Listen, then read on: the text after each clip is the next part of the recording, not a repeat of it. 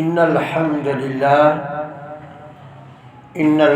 لله نحمده ونستعينه ونستغفره ونستهديه ونستنصره ونعوذ بالله من شرور أنفسنا ومن سيئات أعمالنا من يهده الله فلا مضل له ومن يضلله فلا هادي له وأشهد أن لا إله إلا الله وحده لا شريك له وأشهد أن محمدا عبده ورسوله أما بعد فإن أحسن الحديث كتاب الله وخير الهدي هدي محمد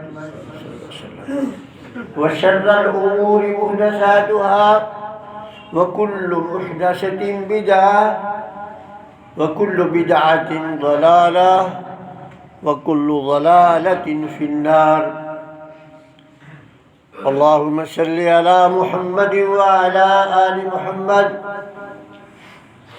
كما صليت على إبراهيم وعلى آل إبراهيم إنك حميد مجيد.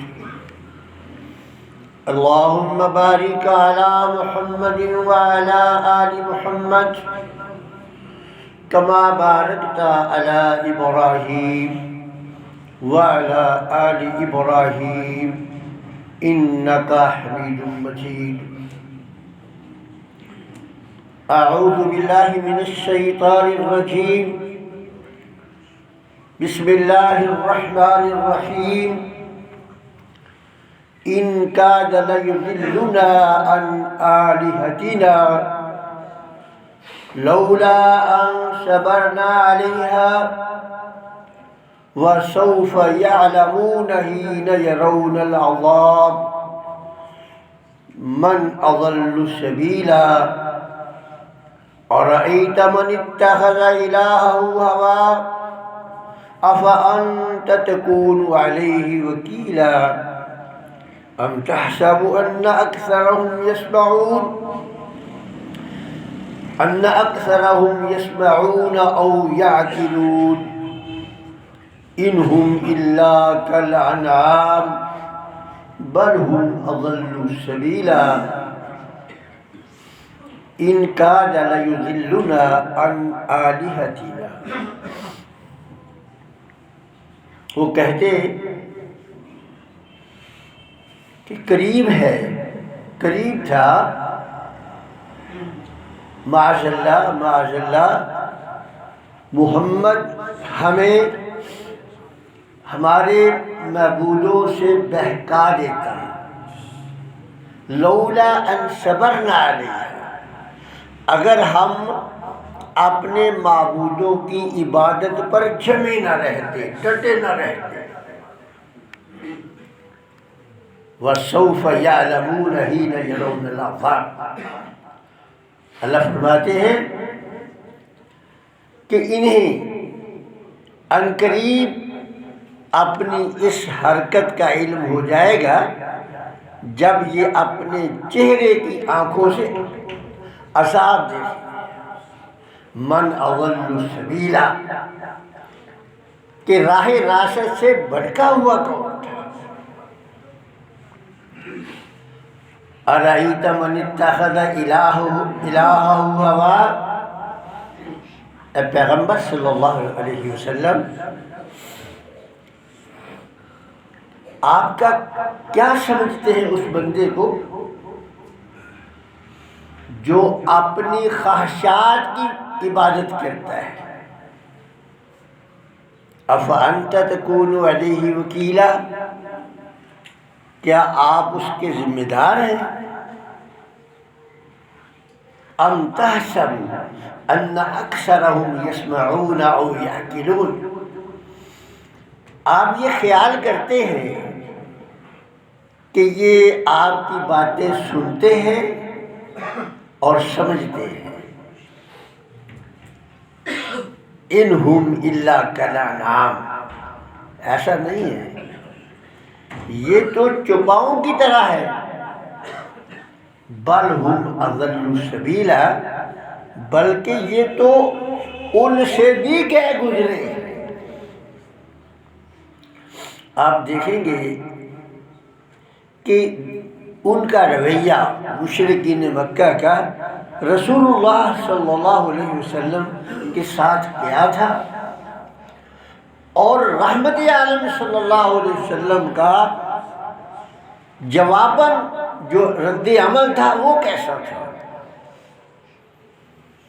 ایک تو وہ تمسخر اڑاتے رسول اللہ کا، اور دوسرا جب وہ اپنی محفل لگا کر بیٹھتے تو بڑے فخر سے سینہ چوڑا کر کے یہ کہتے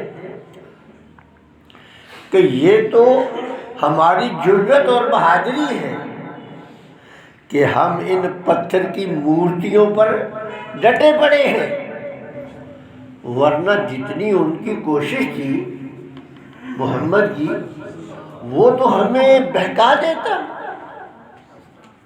ہم ان کو چھوڑ کر اس کی بات مان لیتے۔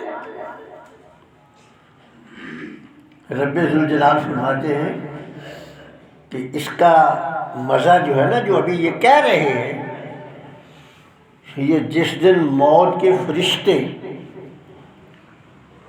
آئیں گے نا، ان کو اسی دن پتہ چل جائے گا۔ پچھلے 2-3 جمعے میں نے آپ کو بتایا تھا نا کہ جب وہ فرشتے ان کے پاس آتے ہیں نا، برے آدمی کے پاس یا اچھے آدمی کے پاس، اسی دن اچھے آدمی کو بھی اپنے انجام کا پتہ چل جاتا ہے اور برے آدمی کو بھی اپنے انجام کی خبر جاتی ہے۔ اب رسول اللہ صلی اللہ علیہ وسلم کو ان کی فکر کتنی تھی،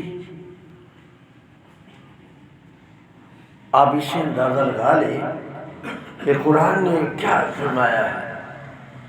فرمایا لعلک باخع نفسک الا یکونوا مؤمنین۔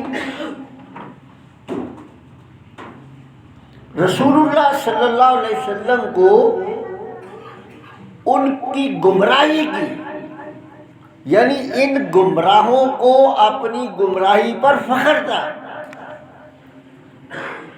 ان گمراہوں کو اپنی گمراہی پر فخر تھا، اور رسول رحمت صلی اللہ علیہ وسلم کو ان کی گمراہی کی فکر تھی۔ اور یہ فکر جو تھی، یہ غم جو تھا، یہ رسول اللہ صلی اللہ علیہ وسلم کی صحت کو دن بدن خراب کرتا جا رہا تھا۔ آپ غم میں گھلتے جا رہے تھے۔ یعنی ایک دائی جو ہے نا، اسے قوم کا دکھ اور درد ہونا چاہیے، یہ دائی میں خوبی ہونی چاہیے کہ قوم کو اگر وہ گمراہی کی طرف جاتے دیکھتا ہے تو یہ نہیں ہے کہ میری طرف سے جائیں پہاڑ میں جائیں یہ، میں تو اللہ کو مانتا ہوں نا، نہیں، یہ دائی کا کام نہیں۔ دائی کو جتنی فکر اپنی ہے اتنی ہی فکر جو ہے ان کی بھی ہے، جو گمراہی کی وجہ سے جہنم کا ایندھن بن رہے ہیں۔ تو آخر اللہ رب العزت کو یہ تسلی دینی پڑی کہ اے میرے حبیب لعلک باخع نفسک، آپ تو اپنے آپ کو ہی جو ہے نا مار لو گے، اللہ یکونوا مؤمنین، اس لیے کہ یہ ایمان نہیں لاتے۔ اللہ اکبر، دیکھو کتنی فکر ہے رسول اللہ کو۔ تو رب ذوالجلال فرماتے ہیں کہ یہ جو فخر کرتے ہیں نا کہ ہم ان پہ ڈٹے پڑے ہیں،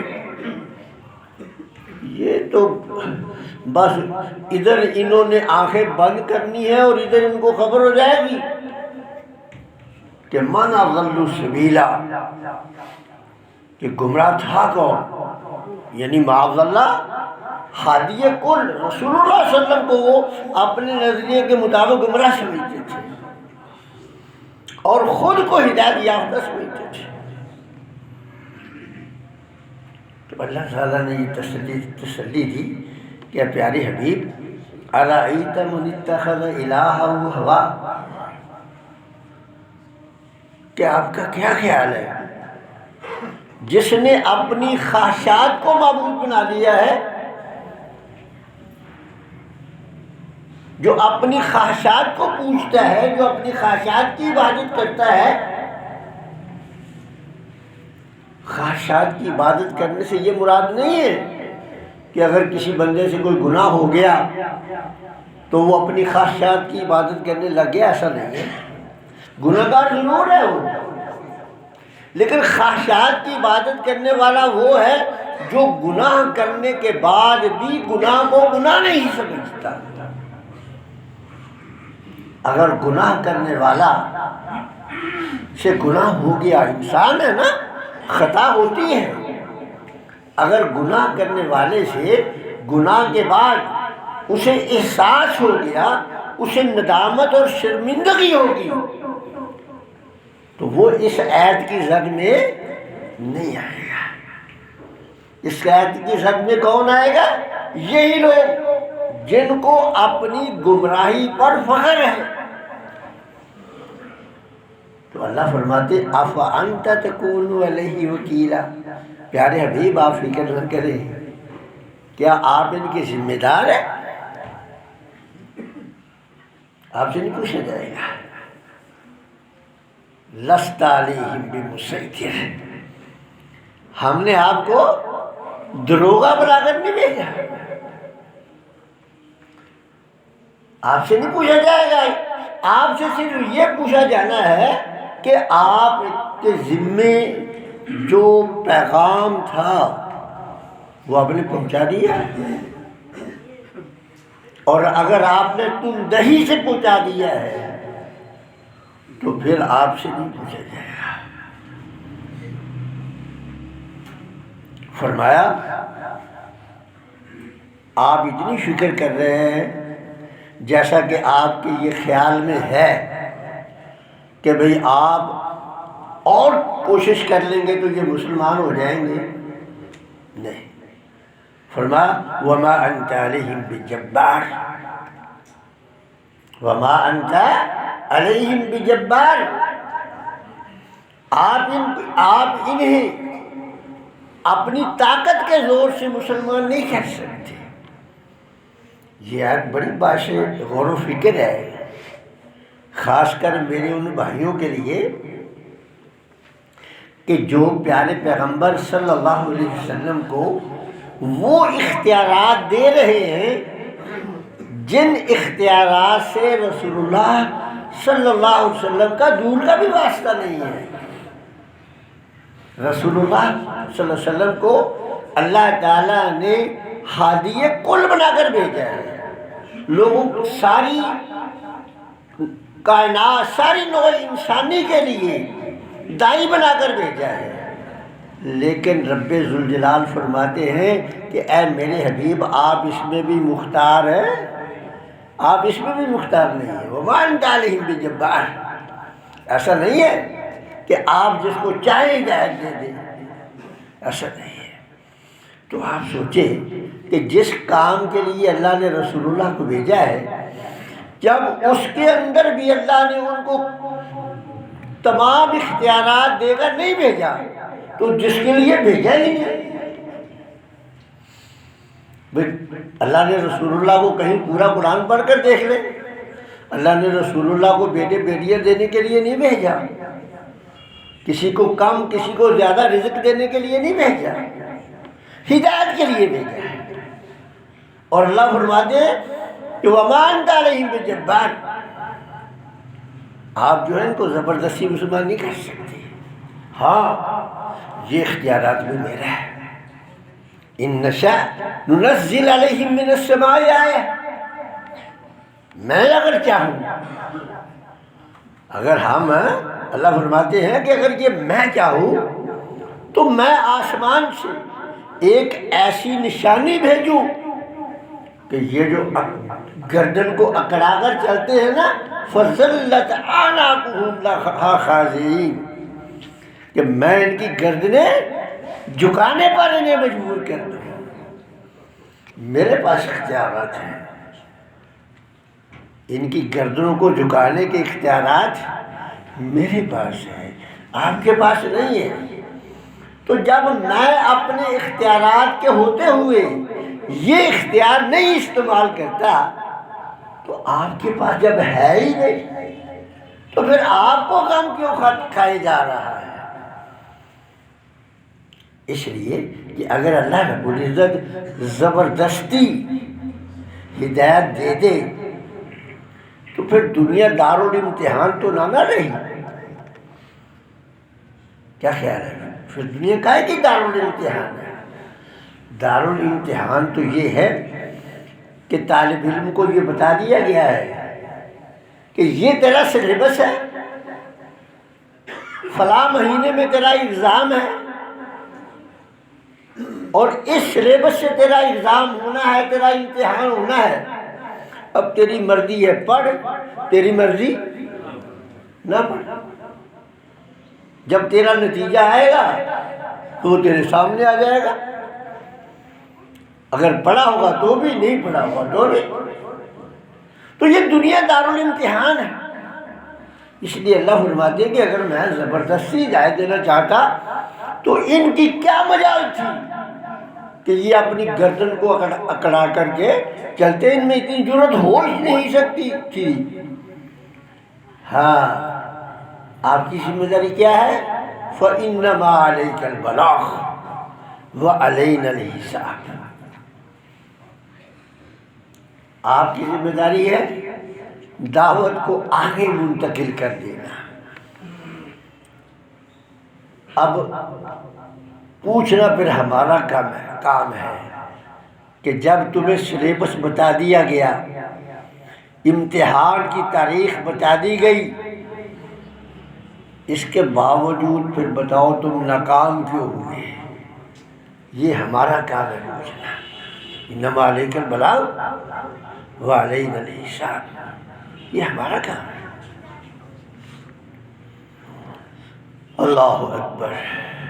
اللہ فرماتے ہیں ام تحسب ان اکثرهم یسمعون او یعقلون، کہ میرے حبیب آپ یہ یقین کیے بیٹھے ہیں کہ یہ سنتے ہیں، یہ سنتے ہیں اور سمجھتے ہیں؟ نہیں، ایسا نہیں ہے۔ فرمایا سم بکم عمی، یہ بہرے بھی ہیں،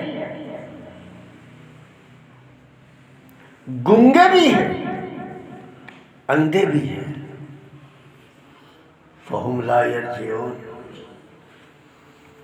اللہ نے کتنی عمدہ مثال دی ہے کہ ایک بندہ ہے، وہ بہرا بھی ہے، گنگا بھی ہے، اندھا بھی ہے۔ اگر وہ گھر بھول جائے، گھر واپس آ سکتا ہے؟ کیسے ہے؟ اندھا ہے، نظر نہیں آ رہا،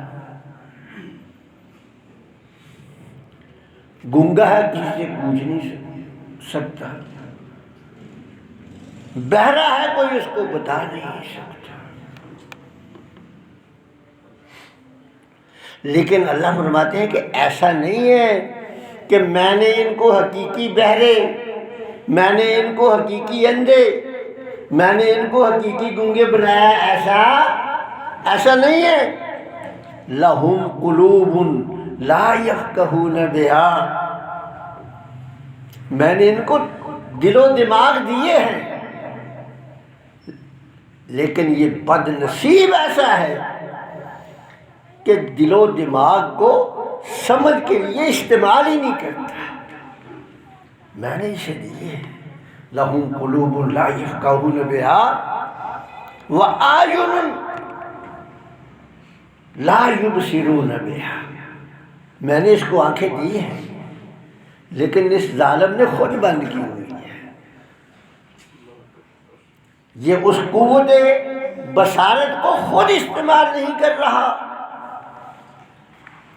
وَلَهُمْ آذَانٌ، میں نے ان کو کان دیے ہوئے ہیں، سننے کا آلہ دیا ہے، لا يسمعون بها، یہ تو خود سننے کی کوشش ہی نہیں کرتا۔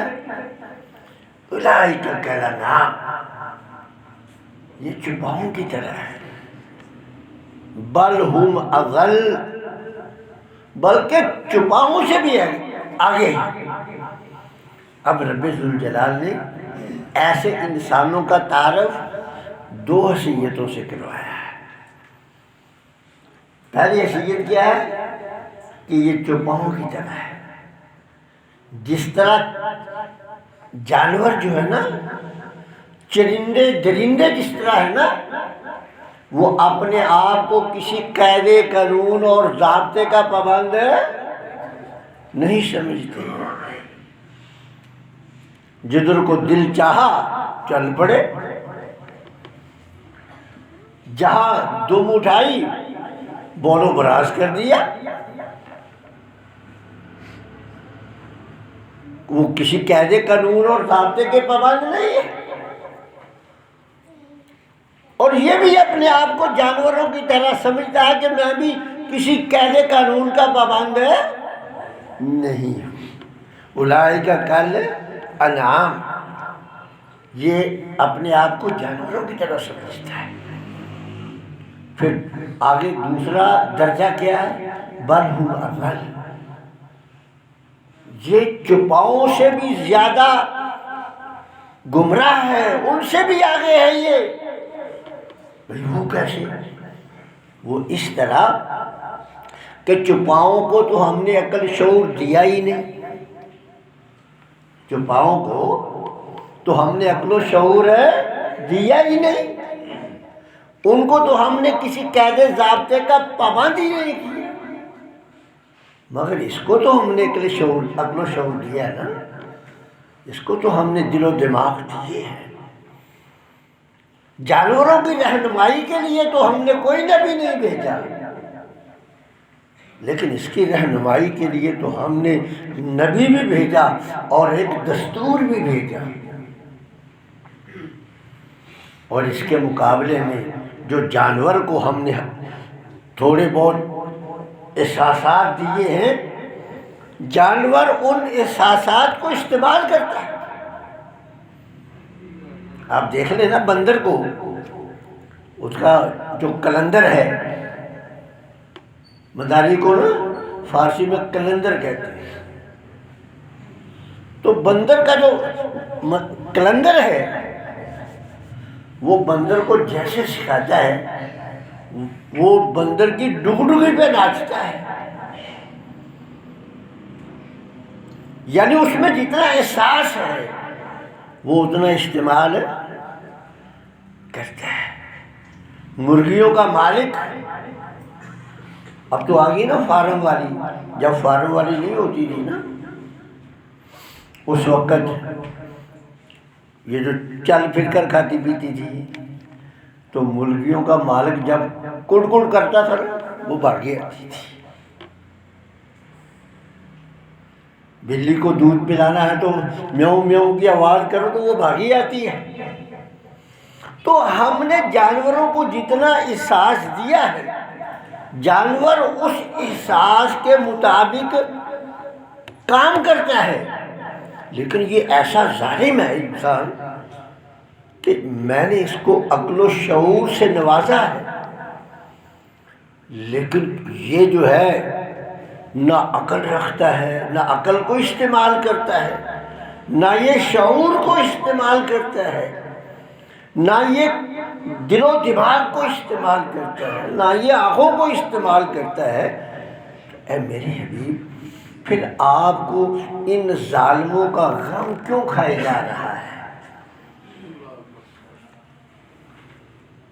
افانت تکون علیہ وکیلا، کیا آپ اس کے ذمہ دار ہیں؟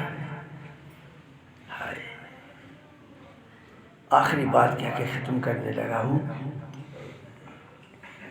نبی کریم صلی اللہ علیہ وسلم کی حقیقی چچا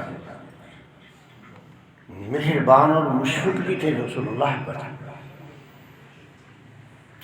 اور آپ صلی اللہ علیہ وسلم کو جب پتہ چلا کہ اب یہ اس کا وقت جو ہے نا قریب آ پہنچا ہے، تو آپ صلی اللہ علیہ وسلم سے کہتے ہیں کہ یا امی قل لا الہ الا اللہ، چچا لا الہ الا اللہ کہہ لو۔ لیکن اس نہیں کہا، فوت ہو گیا۔ تو رسول اللہ صلی اللہ علیہ وسلم کا چہرہ غمزدہ ہو گیا۔ آپ نے کیا کہا؟ اللہ تعالیٰ نے کیا کہا اپنے رسول کو؟ فرمایا انک لا تہدی من احببت، انک لا تہدی من احببت ولکن اللہ یہدی من یشاء۔ اللہ نے فرمایا میرے حبیب، آپ جس کو ہدایت دینا چاہیں نہیں دے سکتے۔ یہ میرے بھائیوں ذہن نشین کر لو، باپ کا جو مادی ترکہ ہے، باپ کا جو مادی ترکہ ہے، اولاد اس کی وارث بنتی ہے، لیکن باپ کا جو عملی ترکہ ہے اولاد اس کی وارث ہے، اس کی وارث نہیں بنتی۔ لا تزر وازرۃ وزر اخرى۔ اللہ سے دعا ہے کہ اللہ تعالیٰ مجھے بھی صراط مستقیم پر چلنے کی توفیق دے اور آپ کو بھی۔ وآخر دعوانا الحمدللہ رب العالمین۔